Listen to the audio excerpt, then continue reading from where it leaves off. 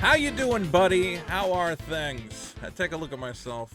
This beard's getting a little long. What's with these grandma glasses? I got these glasses. I don't know if I like them. Let me know in the comments if you like my new grandma glasses. But we're not here to talk about my grooming habits. We're here to talk about my favorite topic, of course, the Star Wars Disney Halcyon Legacy Galactic Starcruiser. Could this thing have a longer or stupider name? No, I don't think it could. For those of you who somehow have missed out on this story, the Galactic Starcruiser is Disney's $6,000 two-night experience where you get to pretend you're on a floating hotel, which in reality is a concrete bunker in the middle of Orlando, and you get to pretend you're in the world of Star Wars. $6,000, you can bring some friends to try and bring the cost down, but regardless, this is a premium experience for top, the ritziest of Star Wars fans. And I have made some predictions about this experience. And I had a lot of people tell me, Vito, I don't know about this prediction. You're being too negative. This thing's going to be a wild success. Well, I made my predictions. I said what I thought would happen. It's been, I want to say 9 months since they've opened.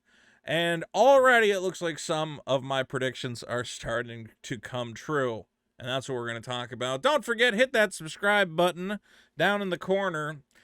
And let's refresh our memory with a little something from Disney CEO Bob Chapek. Now, as we've seen, can I comment on the Starcruiser experience? What I have said is, look, if I'm paying $6,000 for me and my family, that's the rate. 2 adults, 2 kids. If it's all adults, if you bring 4 adults, and I don't know how you're going to cram them in this tiny room with its bunk beds, but then it goes up. We've seen people pay as much as $7,000, $8,000, $9,000. You can pay more than $10,000 if you get the captain's suite with all the amenities and everything else. So if you're going to pay that to go on a fake cruise ship, I've said I don't think you're offering enough for this experience. But people, Disney influencers and Disney fans, and even Bob Chapek, president of Disney, told me, Vito, you're crazy. This thing is going to be a major crown jewel in the Disney portfolio.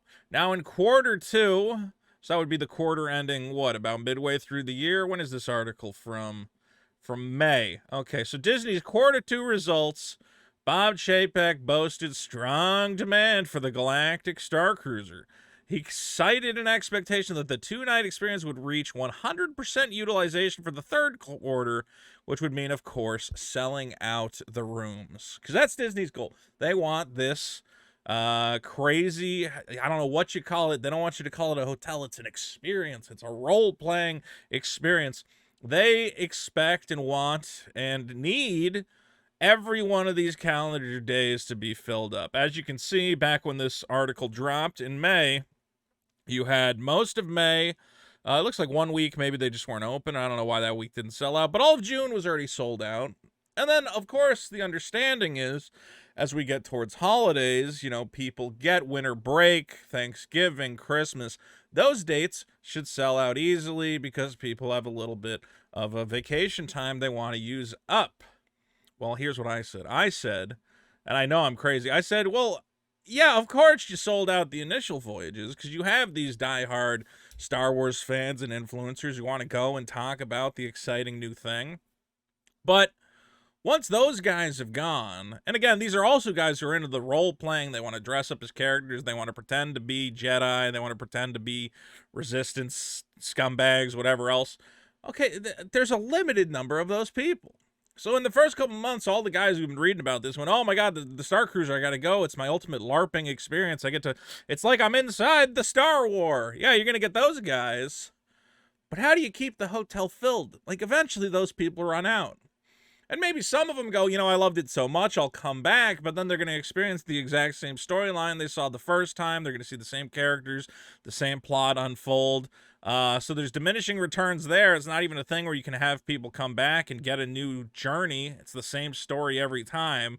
Yes, you can choose which allegiance you go along with, but we've seen how that plays out. It's not that much different. You might get different people texting you on your Holo device or whatever else. So my reckless prediction was that this is going to be diminishing returns. It's going to be front-loaded with a bunch of Star Wars fans who all want to go all at once to the brand new thing. But then, as time goes on, how do you fill this thing? You're going to have to completely revamp it from the ground up. People told me I was crazy. Let's see if they were right. Well, here's an article from just a week ago. From the same source. This is October 26th from Walt Disney World News Today that says, demand for Star Wars Galactic Starcruiser falling fast. Disney World giving away rooms for publicity. Well, that doesn't sound good, folks. Kind of sounds like, you know what? I'm always right. I'm trying to think of times I've been wrong on a few very slight occasions. But I'll put up videos and I'll say, well, here's what I think is going to happen. And I get people in the comments, they go, Vito, you're just such an idiot. You have no idea what you're talking about. There's no way it's going to play out like that. And it always plays out exactly as I predicted it.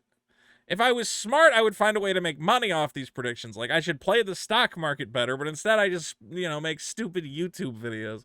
What am I, an idiot? Although I wouldn't bet against Disney right now. Everything else seems to be working for them. But this is a major hole in the Disney portfolio. This thing seems like a complete waste of money.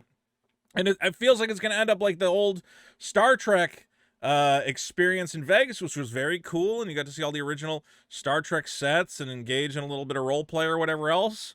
But that was at least smaller in scale than this nonsense. And probably would last longer. They're just going to be bleeding money. Let's take a look. So this snapshot comes from October 26th, and maybe we can check. Let's check the up-to-date calendar. Maybe it's gotten a little bit better. Like I said, they should be sold out for Christmas. I mean, people get Christmas off. It's when they have time to go do their thing. Okay, so the month of November, 1 week is blocked out. And sometimes, occasionally it'll be like, well, that week they're doing like training or something. But at this point, I think they're done with training. So November, it is a vacation month, right? Don't people take times off for Thanksgiving and whatever else? I mean, you can use your vacation days whenever you want.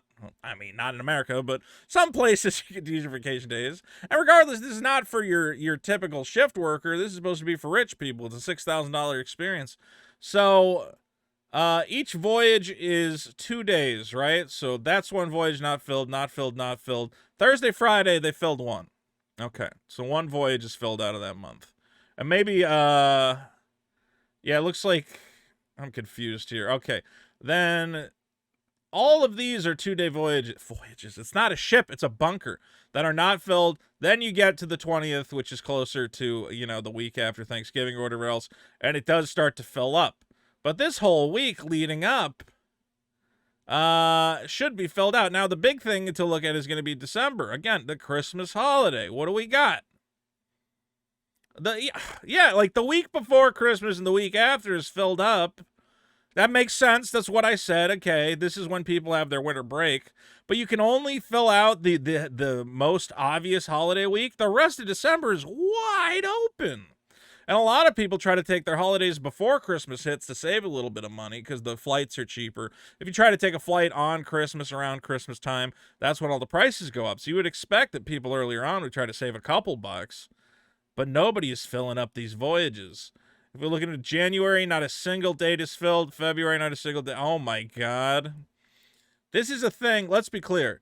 This was a thing that Disney expected to be filling like crazy. They expected to be booked 6 months to a year solid. That it was going to be like, oh, you were able to get a room at the Starcruiser? That's incredible. How did you manage to get that? I've been calling them every day, trying to break down the door, and I cannot get in. Instead, it's like, well, yeah, want to come? We got 1 million open rooms. And remember that the experience is a role-playing experience. It's based on having other people there. Okay, you actually want more guests to be there because there's more interaction. There's more people interacting with the characters. I mean, maybe it's better to not have it completely packed so you have more personal Chewbacca time. I don't know. But it doesn't work if it's just you and a couple other families. It kind of loses the allure of everyone running around the ship and doing everything. Well, let's see if we can get a couple more details here. So as this says, the availability calendar is just dismal. Not a single date in 2023 is filled up. Reservations for most of 2023 opened in August, so they have been open, they have been available. People are not scrambling to pick them up. Despite generally positive reactions, cancellations did increase after opening. That's true. As we remember, we saw a lot of people. We had a lot of people who said they bought tickets And then once they saw what it actually was, they canceled their tickets because it just did not look like that much fun. The rooms looked small. The food looked not great. If you want a great video, look for my one featuring Southern Disney Belle, who's told me she's going back to the Starcruiser. I mean, she is a Disney influencer, so I get it. But she said she had such a horrible time. I don't know why she's going back. All right. Disney has mentioned plans in the past to address what happens when interest runs out. There's been discussions around doing like special holiday events. So if you go, the storyline might change slightly, or bringing in other characters. The events of the Starcruiser have been cited as to why Galaxy's Edge at Disney's Hollywood Studios maintains a strict timeline, but Disneyland is loosening the rules to allow characters for Boba Fett and The Mandalorian. So that's very interesting. I did not hear about that. That basically Galaxy's Edge in Florida is very strictly set in this Resistance timeline with Rey Skywalker and whatever else, because that way people coming off the Starcruiser remain immersed in their adventure. Over here in Disneyland, we get to hang out with Boba Fett, which honestly seems a lot better. Now, here's the part of the story I was looking for, where it says that there have been so many vacancies on recent voyages that Walt Disney World has started giving travel agents free 3-day, 2-night experiences. So they're basically saying, as I was saying, you can't really run the hotel if you don't have guests. You need the guests to interact with the staff. It's very weird if Gaia is doing her show for like 12 people. It doesn't work. So Disney is now reaching out to travel agents to both get them interested and try to sell the experience to their own clients, but B, just to fill the ship. And as this passenger says, Tom Corliss, he says, they supposedly on short notice filled half the ship with travel agents. That means it was half empty. So we have these voyages, I hate calling it a voyage, it's not a real boat, that are going out that have nobody on them. You're going to run out of travel agents to put on this thing. I wouldn't be surprised if we actually see another wave of influencers getting invited to go on the hotel. See, this all looks cool, but this is all the theme park. That's all the theme park rides. The actual hotel is you meeting blue-skinned people and talking to them.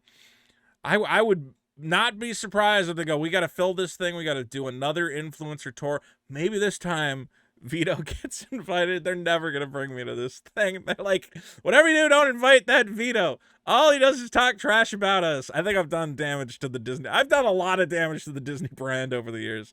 I am never going to be a Disney influencer, sadly. I like Disney. I'm not very nice to them, and it shows. Well, guys, let me know what you think in the comments. Was I right that this thing is how are they going to turn this around? That's what I've always argued, is that you can't get enough people to consistently fill this thing. They should have run it as like a limited time experience, like rented out a different hotel and reskinned it to be Star Warsy and done it. If you'd done it for like a year or 2 years and people knew it was eventually going to go away, okay, you could have got enough traffic to fill that 2 years. But building a bunker in the middle of the woods, and what do you think? That for the next 20 years, people are going to go, we got to stay at the Star Wars Hotel? No, this is diminishing returns. Nobody cares. You have no idea what you're doing. But let me know, was I right? Was I wrong? I think I'm right. Some of you are still holding out hope. You say the Galactic Starcruiser is going to turn it around. Let me know how. Don't forget, subscribe to the channel, join the Vito Nation, and please sign up for the mailing list for my comic book, Super Killer, over at superkiller.org. This thing looks like a disaster to me. I don't get it. I don't get it. But I want a free ticket. Disney, hook me up.